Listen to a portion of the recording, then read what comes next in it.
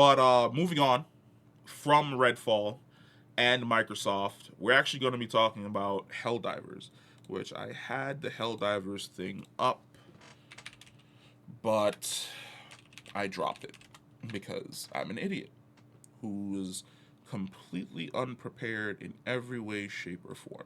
So there was a big blow up last week in regards to Helldivers. I say blow up, but it's the equivalent of Sony basically shooting themselves in the foot and not understanding just how insane the gamers actually are.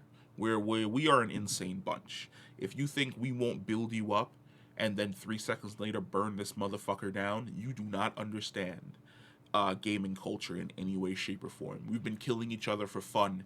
For me personally, I've been killing other people in video games for fun for the last 25 years. If you I have been building castles and skyscrapers and monoliths to my excellence in Minecraft for the last 20 years.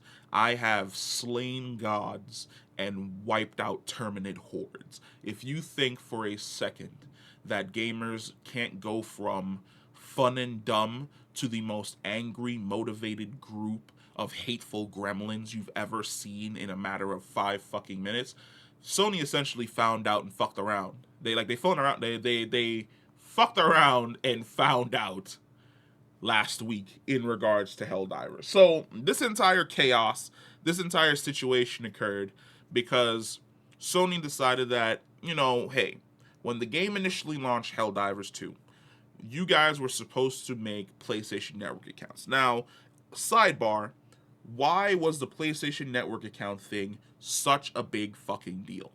It's because it's a marketing thing.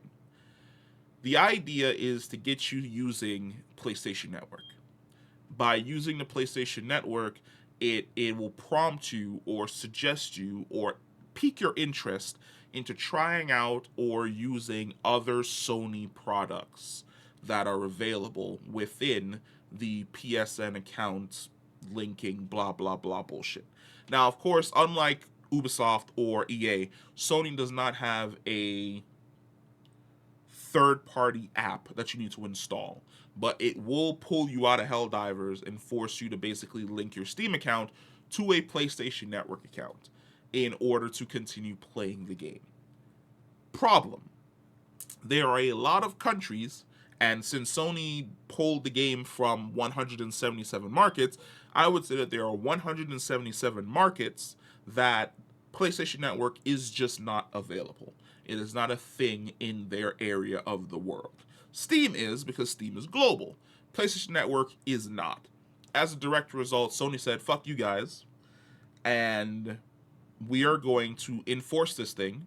We're going to take that thing away. This game that you've been playing for the last few months, you no longer have access to it. You can no longer log in. You can no longer play your characters. You can no longer dive with your friends unless you make a PlayStation Network account, which is region locked. So if your region doesn't allow us to give PlayStation Network accounts, you're just out of fucking luck. And you guys can have a nice day. Continue diving and spending money within our game. And PlayStation fans, well, PC fans, I should say, completely lost their fucking minds, which is understandable because this game was a movement. It was a global movement. You had millions upon millions upon millions of individuals playing this game consistently every single day from every single neck of the woods. And a friend of mine had it right when he said that this game is a dad game, which is a game that you can come home after a long day, sit down, run 3, 4, 5, 6 missions, log off, continue with your fucking life. People lost their ever-loving fucking minds within reason. You had Arrowhead that was like, look, our hands are tied. You had the community managers, half of them towing the line, the other half going in open fucking revolt. and telling people that they should go refund the game and downvote the game and cause as much havoc and chaos. And I love those dudes. One of them lost their jobs because he basically suggested that the community was the ones that go review bomb the game, review bomb all the Sony games, set this shit on fire, burn this shit down, and Arrowhead had to let him go. I'm fairly certain Sony was the one that made that call. After Sony saw that guy's tweets and they saw his messages on Discord, Sony was like, yeah, no, that guy, he has to go. Like, there's no middle ground for this. The amount of chaos and money that he caused us to lose, that guy's got to get the hell up out of here. But the fans won. The campaign succeeded. The Sony Menace lost to the might of managed democracy. And we think that there's going to be a turnaround. Problem is, I don't think there's actually is going to be a turnaround. The reason why I say that is because the 177 regions that Sony pulled the game from, that game is still not brought back to those 177 regions. Are we going to have to do the PlayStation Network thing in the future, just in a different way? Who knows? Sony says that they're looking at different avenues and different ways in which they can spin this block and return to this in some way, shape, or form. Like I said, the gaming sphere and what you can do in the gaming sphere is a wild, unregulated West, where it's just absolute chaos being caused by both Microsoft and by Sony in every which way, shape, and form, based on absolute fucking stupidity. Will we one day arrive at the promised land where it's all milk and honey and hugs and kisses, and these studios are for the fans and not for our bank accounts? Hell fucking no.